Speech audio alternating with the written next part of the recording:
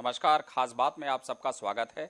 आज हमारे साथ विधायक हैं मेहदावल से राकेश सिंह बघेल जी, जिनके साथ आज हम खास बात करेंगे और खास बात में जानेंगे कि आखिर इनके प्रदेश की अब तक के भारतीय जनता पार्टी के इस कार्यकाल में योगी आदित्यनाथ के 3.5 साल के लगभग हो चुके हैं और उसके कार्यकाल में क्या कुछ उपलब्धियां रही हैं, साथ ही इनके विकास की से जुड़ी हुई, इनके क्षेत्र के विकास से जुड़ी हुई क्या कुछ उपलब्धियां रही हैं और अभी 1 साल से ज़्यादा का समय थोड़ा सा बचा हुआ है, उसमें क्या कुछ इन लोगों को करना बाकी है। विधायक जी, आपका बहुत बहुत स्वागत है हमारे इस खास कार्यक्रम में।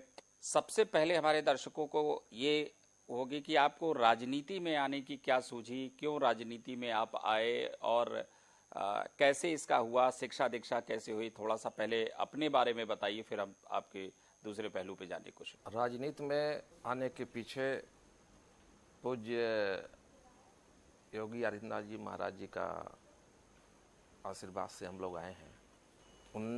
1996-97 में मेरी मुलाकात पूज्य योगी आदित्यनाथ महाराज जी से हुई थी और ये जब कहा जाता था कि मतलब राजनीति में अच्छे लोगों को आने की आवश्यकता है, तो उनसे प्रभावित होकर के हम लोगों ने राजनीति में प्रवेश किया था और 2002 से राजनीति में हम लोग सक्रिय हुए थे। विधायक जी, आप राजनीति में आए और उससे पहले जो है आप योगी आदित्यनाथ जी से जुड़े रहे, आप लोग का बहुत पहले लगभग 20 वर्षों का जो है साथ रहा है। ऐसी सूरत में और सरकार को अगर आप देखिए तो 1 साल से थोड़ा सा ही जो है समय जो है वो बचा हुआ है। ऐसी सूरत में आप लोगों को क्या लगता है कि इस कार्यकाल में अब कौन सी ऐसी चीजें हैं जो करना बाकी हैं, क्योंकि 3.5 साल का जो समय निकल गया उसको छोड़ा जाएगा, लेकिन आगे अभी 1.5 वर्ष का समय और बचा हुआ है। देखिए, ऐसा है कि इस प्रदेश में जो आवश्यकता थी, आज़ादी के लगभग 75 साल बीतने जा रहे हैं, लेकिन आम सम्मानित नागरिकों का जो मूलभूत की समस्या है, जैसे सड़क है, बिजली है, पानी है, शिक्षा है, चिकित्सा है, इस सब का बेहद अभाव था।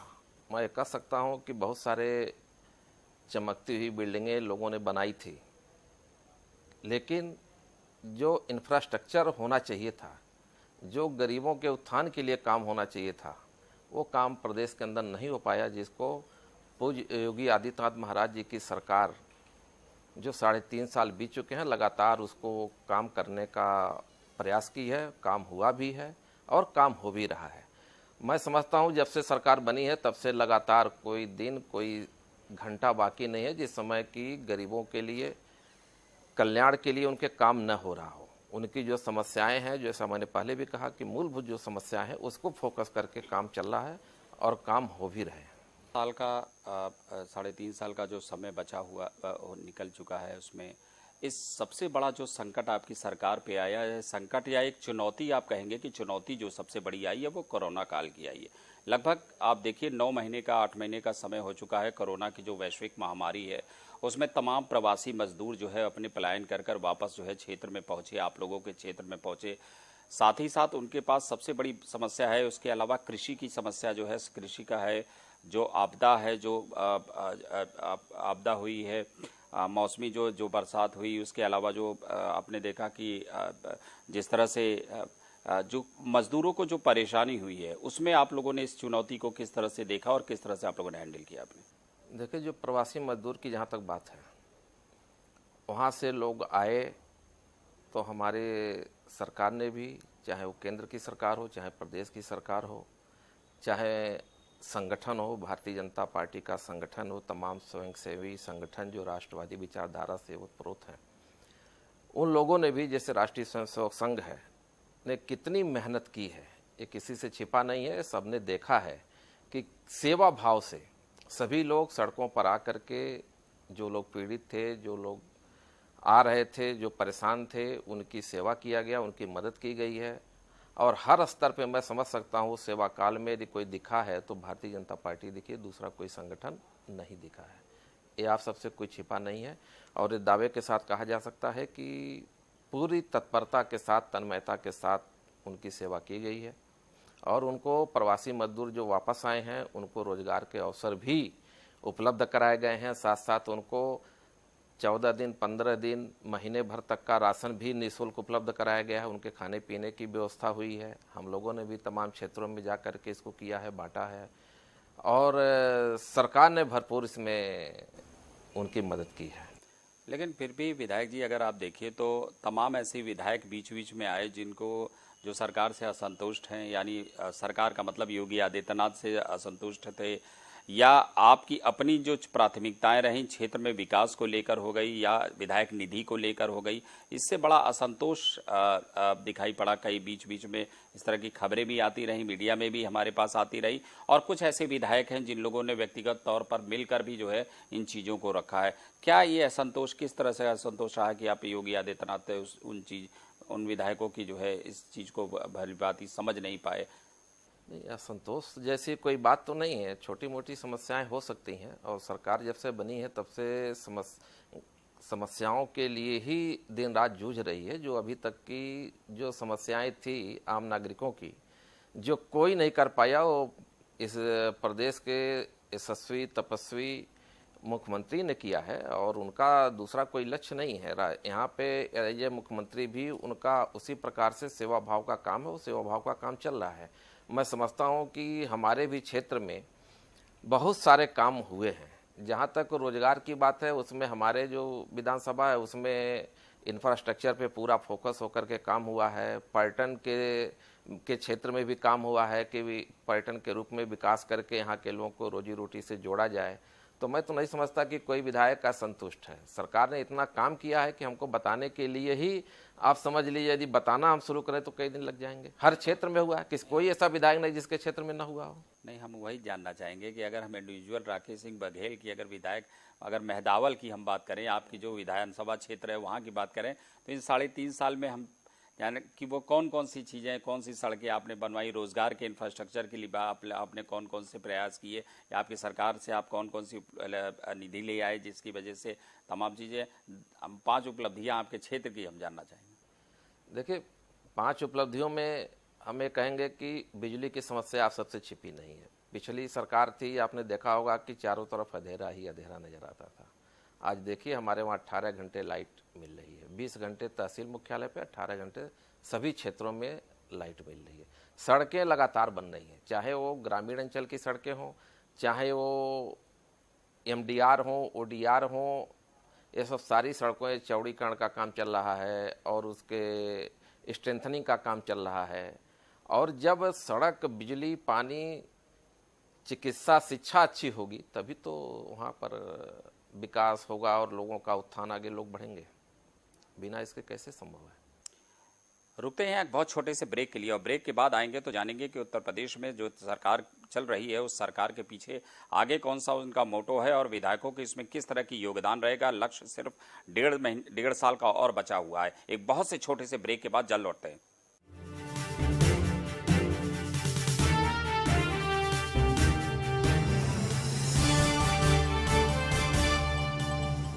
मुल्तानी कोका कफ सिरप, तुलसी, वसा, यस्ती मधु, पिपली के गुणों से भरपूर, जो खांसी पर करे तुरंत असर, ताकि बदलते मौसम के साथ आप न बदलें। बॉलीवुड की हर खबर, फिल्मी सितारों का सफर, कंट्रोवर्सी से लेकर गॉसिप तक, लिंकअप से लेकर ब्रेकअप तक, देखिए हर हलचल बॉली तड़का में हर रोज दोपहर 12:30 बजे सिर्फ लाइव टुडे पर। बुलेट की रफ्तार से बताएंगे देश के हालात, जानेंगे पिछले 24 घंटे की सभी खबरें खास। देखिए 3 की बात हमारे साथ एक नए अंदाज में। वारदात की तह तक होगी पड़ताल, जुर्म की हर दास्तां होगी बेनकाब, हर अपराधी का होगा पर्दाफाश। देखिए क्राइम फाइल्स सोमवार से शनिवार रात 10:30 बजे सिर्फ लाइव टुडे पर। बिछने लगी सियासी बिसात, तैनात हुए सियासी खिलाड़ी, हर मोर्चे पर शहमात का खेल। बिहार में होगी किसकी बहार, यूपी को है इंतजार। राजनीति की हर खबर पर नजर, स्पेशल रिपोर्ट रात 9 बजे सिर्फ लाइव टुडे पर।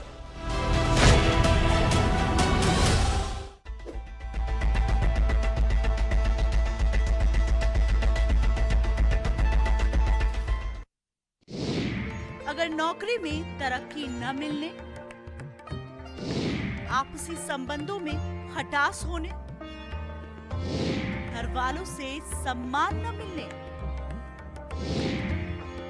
या घर के निरंतर कलेश से हैं परेशान,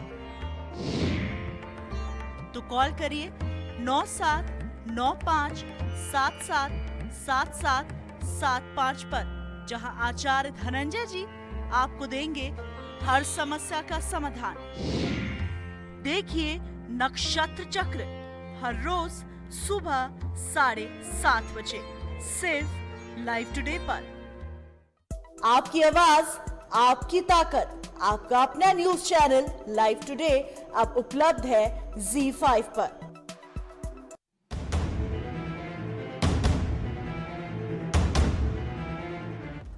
सत्ता के गलियारे की हर खबर या हो सरकार से जुड़ी हर बात, राजनीति के तीखे हमले हो या हो राजकाज की हर चाल, जमीन से जुड़े मुद्दे हो या फिर पलायन की बात, उत्तराखंड में 30 से ज्यादा अनुभवी रिपोर्टर्स जो मैदान से लेकर पहाड़ों तक उठाएंगे मुद्दे की आवाज।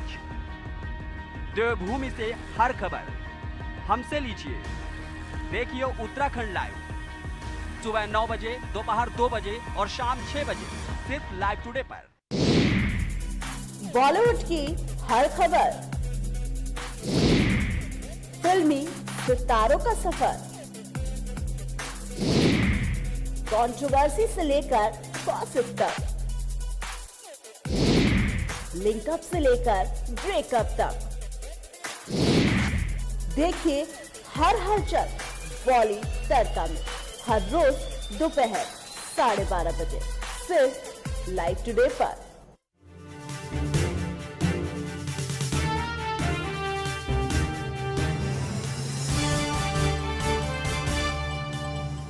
ब्रेक के बाद फिर से एक बार आप लोगों का स्वागत है। विधायक जी, जाने से पहले हम बात कर रहे थे आपके क्षेत्र की, आपकी जो सरकार की समस्याएं हैं। विपक्ष लेकिन इस चीज से जो है पूरी तरह से संतुष्ट नहीं है। विपक्ष यानी कांग्रेस का आप देख रहे हैं लगातार धरना प्रदर्शन, आप लोगों का जो है तमाम जो है लॉ एंड ऑर्डर को लेकर समस्याएं उत्पन्न हो रही हैं जो विकास की। और ये मेरा भी मानना है, एज अ जर्नलिस्ट हम लोगों का भी मानना है कि इस समय लॉ एंड ऑर्डर आपको लगता है कि सरकार में थोड़ी सी चरमराई हुई है, थोड़ी सी खराब स्थिति है, या ये विपक्ष की या लोगों की साजिश है। जैसा कि आप हाथरस में देखें कि बाद में आपकी हालांकि रिपोर्ट SIT की नहीं आई है, लेकिन PFI का और तमाम लोगों का संगठनों का हाथ है। ऐसी सूरत में चूंकि डिक्टेटरशिप और एक बहुत ही ये कहा जाए कि बहुत ही इंडिपेंडेंट जो है रहने वाले योगी आदित्यनाथ, बहुत ही अनुशासित रहने वाले योगी आदित्यनाथ की सरकार में जैसी उम्मीद थी वहाँ पर इस तरह का जो है लॉ एंड ऑर्डर सिचुएशन क्यों खराब होती जा रही? देखिए ऐसा है कि विपक्ष के पास कोई मुद्दा नहीं है। 4 साल लगभग बीतने को जा रहे हैं, विपक्ष के पास कोई ऐसा मुद्दा नहीं है कि जिसको उठा सके। उनका काम है साजिश फैलाना, प्रोपगंडा करना, और वो कर रहे हैं।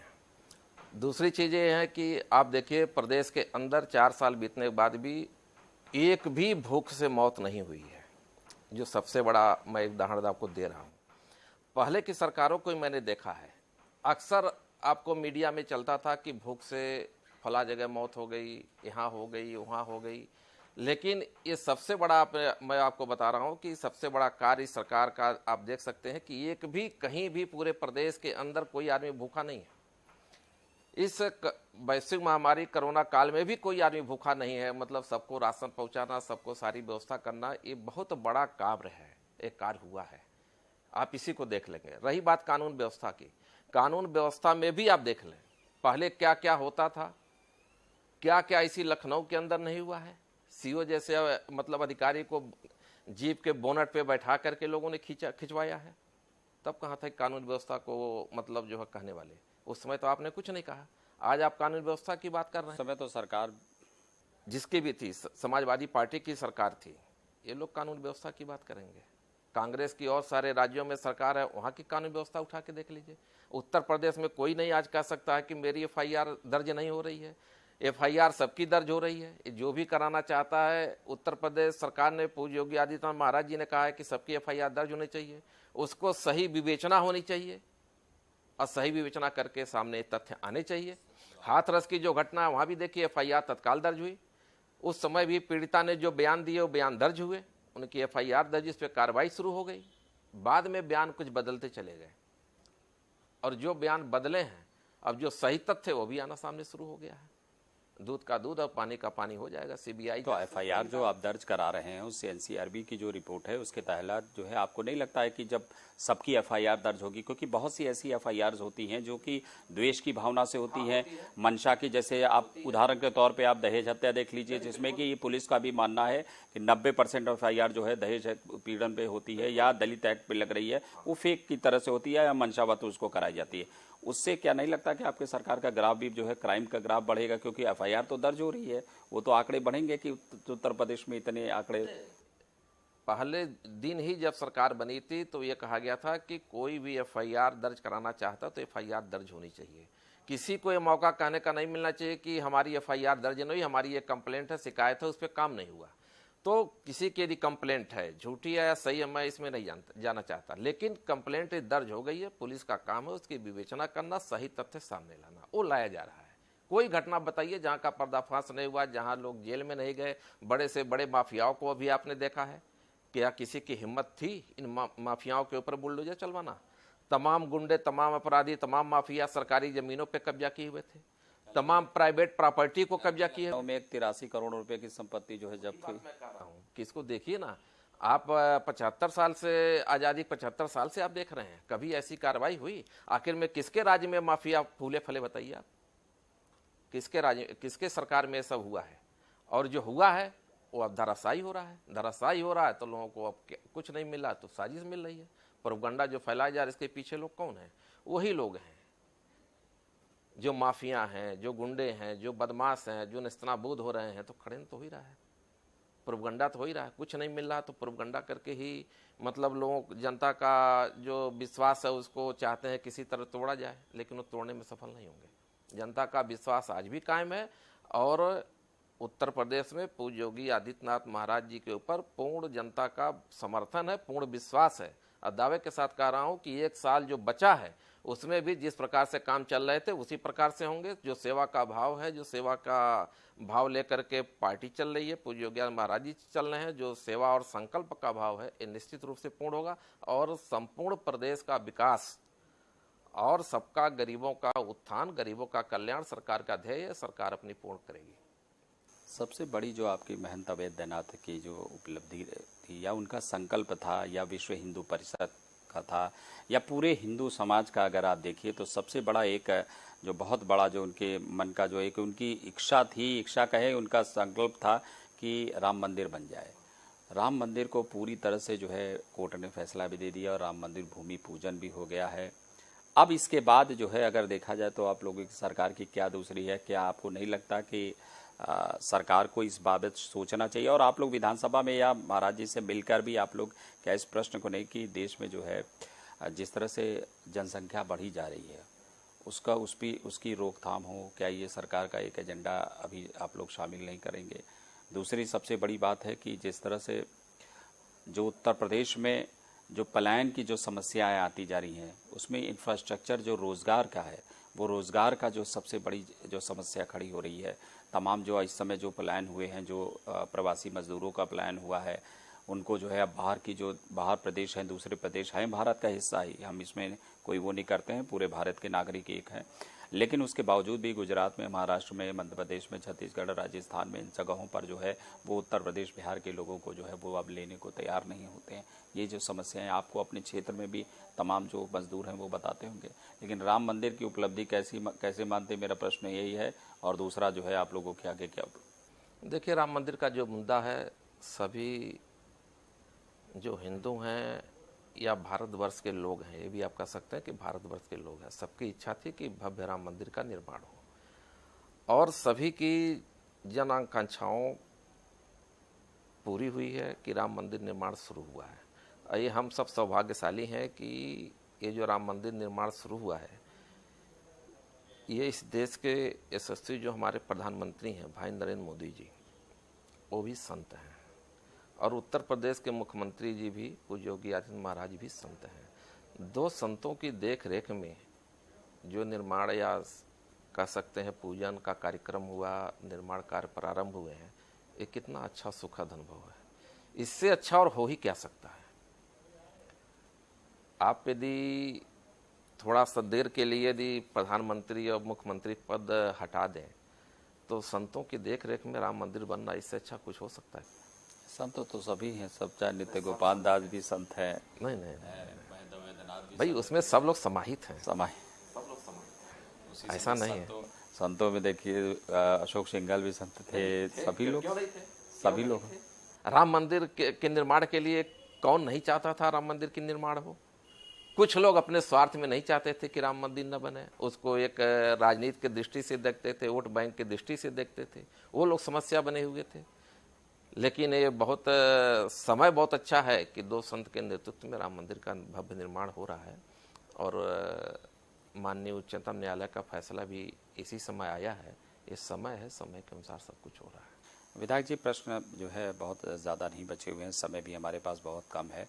आपको इन 4 साल 3.5 साल को के बाद जो है 1.5 साल की जो बची हुई है, उसमें क्या कुछ ऐसा लगता है आपकी सरकार को और कुछ करना चाहिए? जैसे अगर आपसे प्रश्न पूछा जाए या आपसे पूछा जाए या आपसे कि आप कौन कौन से ऐसे कार्य हैं जो कि अभी जो है प्रदेश की जनता के लिए बचे हुए हैं? और दूसरा अंतिम प्रश्न इसके इसी से जुड़ा हुआ है कि अब जो है आप लोग चुनाव मूड में हैं, एक तरह से चुनाव की जो है 1.5 साल का समय बचा हुआ है। अब आप लोगों को भी क्षेत्र में बराबर रहना पड़ेगा, अपने वोटर्स लिस्ट वापस जो है उसको रिवाइव करनी पड़ेगी। तो उन चीज़ों पर जो है आप लोगों की किस तरह से फोकस होगा? देखिए, ऐसा है कि भारतीय जनता पार्टी या भारत के यशस्वी प्रधानमंत्री, उत्तर प्रदेश के यशस्वी मुख्यमंत्री, इस सबका लक्ष्य एक है कि राष्ट्र निर्माण के लिए सब लोग मिलकर के काम कर रहे हैं। और इस राष्ट्र के निर्माण में जो भी आवश्यकताएं हैं, जैसे आपने भी पहले कहा कि जनसंख्या नियंत्रण, उत्तर प्रदेश की आबादी लगभग 24 करोड़ है इस समय। पूरे देश की कह लीजिए तो 135-36 करोड़ के आसपास है।